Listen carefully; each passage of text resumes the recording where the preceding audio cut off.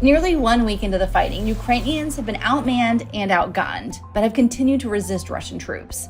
With their democracy at stake, their elected president, Volodymyr Zelenskyy, has been leading the fight. Even as he is almost certainly target number one when it comes to Russia, and you see a contrast with President Putin, who sits at a table with his aides and advisors 10 yards from him, 10 meters from him. So I think President Zelensky's been the powerful embodiment of an entire country that has said, no, we do not accept Russian aggression. We do not accept Russia saying it can dictate what we want. It can dictate our future. That's not how it works in a democracy. The U.S. and Western allies have tried to pressure the Kremlin into removing its troops from Ukraine, issuing a series of sanctions that sent Russia's economy into freefall.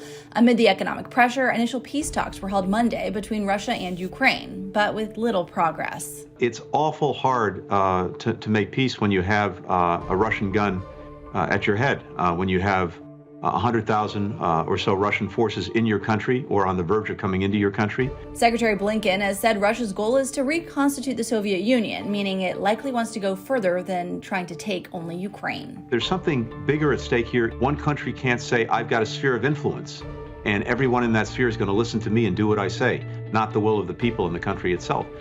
All of those things are being challenged by Russia right now in Ukraine.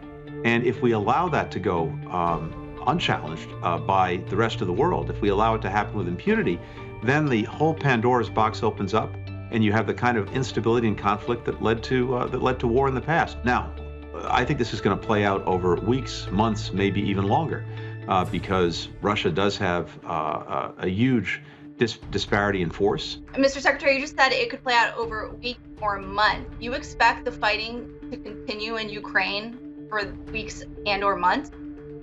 In one way or another, that's entirely possible. As the fighting possibly drags on, the sanctions could too. So far, many of the sanctions in the administration's arsenal have been implemented, from sanctioning Putin directly to stripping banks of access to SWIFT, a messaging system that connects banks worldwide. The administration has been reluctant to impose harsh sanctions on Russian oil and gas, as the country provides a substantial amount of the world's oil, and Americans would feel it at the pump. You're seeing an immediate effect, a midterm effect, a long-term effect. And nothing is off the table. Nothing off the table includes sanctioning their oil and natural gas. Nothing is off the table. But sanctions aren't all Secretary Blinken says the U.S. has done. The United States alone has provided more than $1 billion over the last year in security assistance. That's continuing as we speak. We just provided another $54 million in support to help Ukrainians, including refugees, internally displaced.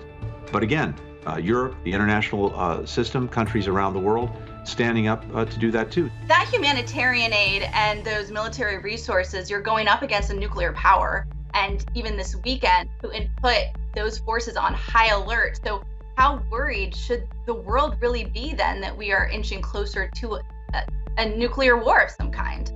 Well, there's a long-standing work that's been done over many, many years, including in the midst of the Cold War, to make sure that we didn't get anywhere near the nuclear precipice. And it's the responsibility of nuclear powers like the United States, like Russia, to make sure that that doesn't happen. So there's a lot of bluster.